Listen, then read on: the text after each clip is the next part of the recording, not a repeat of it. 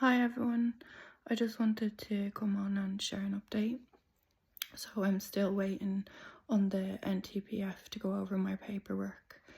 I have a letter there from a vascular surgeon laying out exactly what is wrong with my bypass, that it's 80% blocked, that I have a 10 to 15% chance of losing my leg in the next 12 months if I don't get the surgery that he has recommended. I still haven't heard anything from the NTPF. It's ridiculous, to be honest. They're probably just going to leave me now. It just leaves you in this absolute fight for your life. I just can't believe what's happened to me. I just wanted to let people know as well that if you're thinking about doing any of these cross-border arrangements, really research who you're going to be going to see and really think about what you're doing, because if something does go wrong, there is absolutely no pathway back into the HSE system. The way I've been treated since I came home has been absolutely horrendous. My husband had to fight and fight and fight to get me the appointments that I needed, with vascular, with psychological care, with every kind of care that I should have had, and I didn't. He had to complain to get me into the Mater Hospital when I had such a serious injury. You would think that you would just be accepted back in. That's what we thought, but it didn't happen. I then was experiencing symptoms of vascular claudication that were completely dismissed. I was told that they didn't know what was wrong with my leg. We didn't know if it was nerve or vascular pain because we're not doctors, but my husband had spent so much time researching that he actually did know what was wrong, and he didn't even tell me because he didn't want to scare me. So when we attended the Mater Hospital on the 5th of September and were just completely dismissed, even though I presented there with classical signs of vascular claudication, I was told to go home. It was then that we went to see a peripheral nerve surgeon in the UK. He then was able to tell me that even though I do have nerve damage in my leg and my arms, that these symptoms were classic signs of vascular claudication. So we then made the decision to find a different vascular surgeon and get a different opinion. And within one day, I had 3 different tests done. I had a CT angiogram, I had exercise APBIs, and I had a duplex ultrasound scan. Now, what really annoyed me was when I had the pressures done on my feet, on my ankles in the hospital that I went to, straight away the lady said to me, "Have you got a problem with your left leg?" And I was like, "Yeah, why?" "Oh, because your blood pressure is low in your ankles, in that leg." And I was thinking to myself, that took 2 minutes. 2 minutes that took.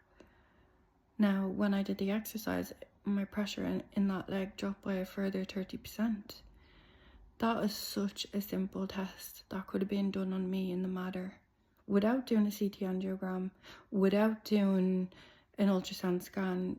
That was such a simple test that would have shown, okay, there's something wrong here, now we need to do those tests. But none of that was done.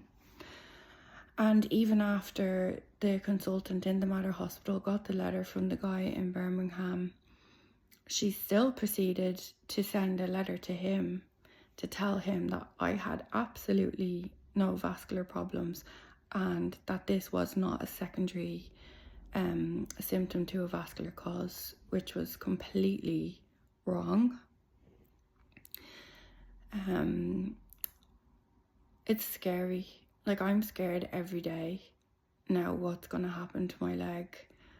But you know who I'm even more scared for? I'm more scared for the people who didn't fight back, who accepted these answers. There's a story of a 66-year-old bus driver, a woman, who went to the Mater Hospital with classic signs of vascular claudication, and she was told everything was fine. And what did she do? She went home, and what happened? She lost her leg. Her leg was amputated. I don't know how long later, I think it was a few weeks. That's the scary part. People need to stop putting doctors on pedestals and thinking that they are gods. They are human people who can and do make mistakes. If you have symptoms and you are being told that your symptoms are in your head or that they are fine and you believe that they are not, you are entitled to a second opinion. You can reach out to your local patient services advocacy because they do help. Now, I'm lucky that I had a GoFundMe, and I'm lucky that people are helping me in that way, because without that, I would have been that person. I would have been the person who waited until my leg was cold and blue for something to happen, and I could have lost my leg. Now, I'm still waiting for anything to happen, for the government to do anything for me, for the NTPF to stand up and help me, even though they paid for me to have this surgery in the first place. I am still waiting for them to correct this. I've had no response. I've had no response from anybody.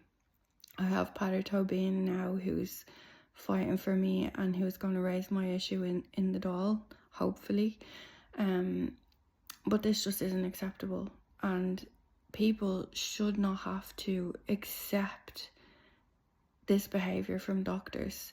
I accepted it for years and years and years with the pain that I've had every month, that they didn't know what it was, until it got so bad that I was referred to Drogheda, which then had me sent to a private hospital in Belfast. And look at the situation I'm in now.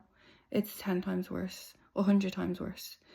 And I'm still not being cared for by the HSE. I just want people to know that I'm going to fight after this is finished, so that people are not treated like this anymore. I've lived in Australia and New Zealand, and I've experienced the healthcare in Northern Ireland. World-class healthcare. Like, I couldn't have been treated any better in that public hospital. They saved me and they did everything they could to make sure I got better. And then I come home here thinking that I would have the same treatment because I had such a horrific injury. And it was the complete opposite. The complete opposite. I have not had any validation, any sympathy, empathy, anything from any doctor here. And it needs to stop. Doctors have a culture in this country of not wanting to say that their colleagues are wrong, and they back each other up, and they will go to the ends of the earth to make you feel like you are wrong. Well, that needs to stop. There's actually a rule in the hospital in Australia called Ryan's Rule.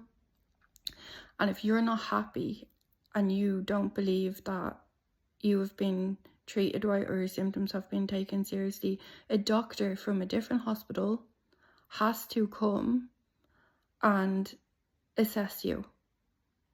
Not a doctor from the same hospital, a doctor from a different hospital. You can invoke that rule, and a doctor has to come and assess you and give you a second opinion. Second opinions are not easy to come by here, because you have to have money. You have to have money, unfortunately, in this country to go and get opinions and to go and get the answers that you need. And it's just disgraceful. I feel so sorry for anybody who is in a position that can't do that. The only reason I was able to go and get the opinions was because of my GoFundMe. But ordinary working people don't have thousands and thousands of euros to go and spend on tests and get second opinions and get all of the answers that they need. They'll just go home and accept what the doctors have told them, and it's wrong. It's really, really wrong. I just want to say to anyone else who's been through a similar situation to me, keep fighting. Don't stop. Don't let them bring you down.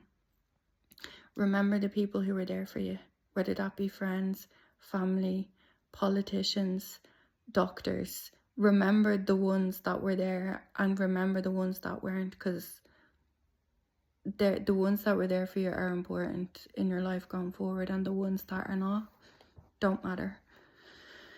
I just hope that, really hope now that I can get the answers that I need, the surgery that I need. I don't want to lose my leg.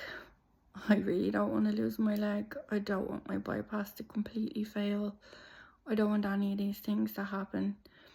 The only way that I'm going to get the only way that anything's going to happen is if I keep speaking up, and other people speak up and don't accept this culture of doctors in Ireland that are just completely dismissive and would rather have you believe that these symptoms are in your head.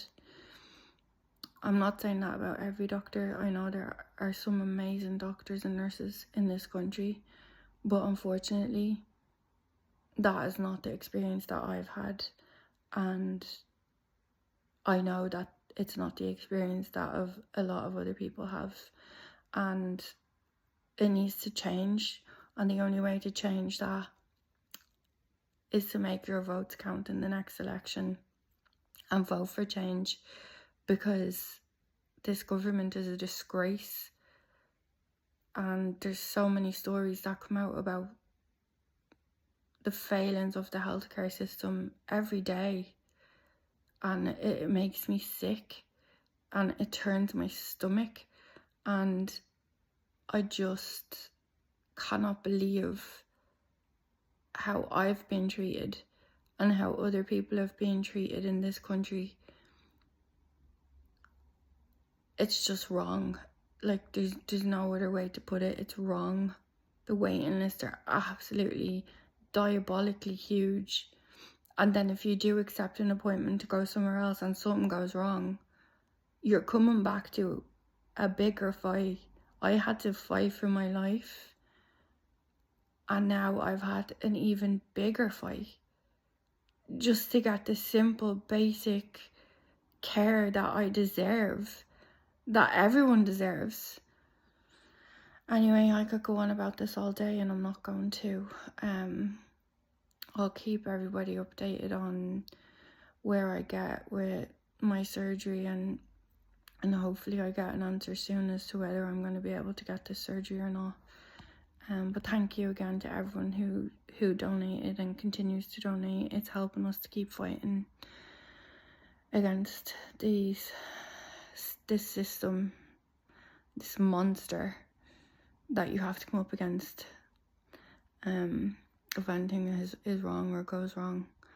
And yeah, my thoughts are with anyone else who's in a similar situation and who's trying to fight for basic care for them or a family member.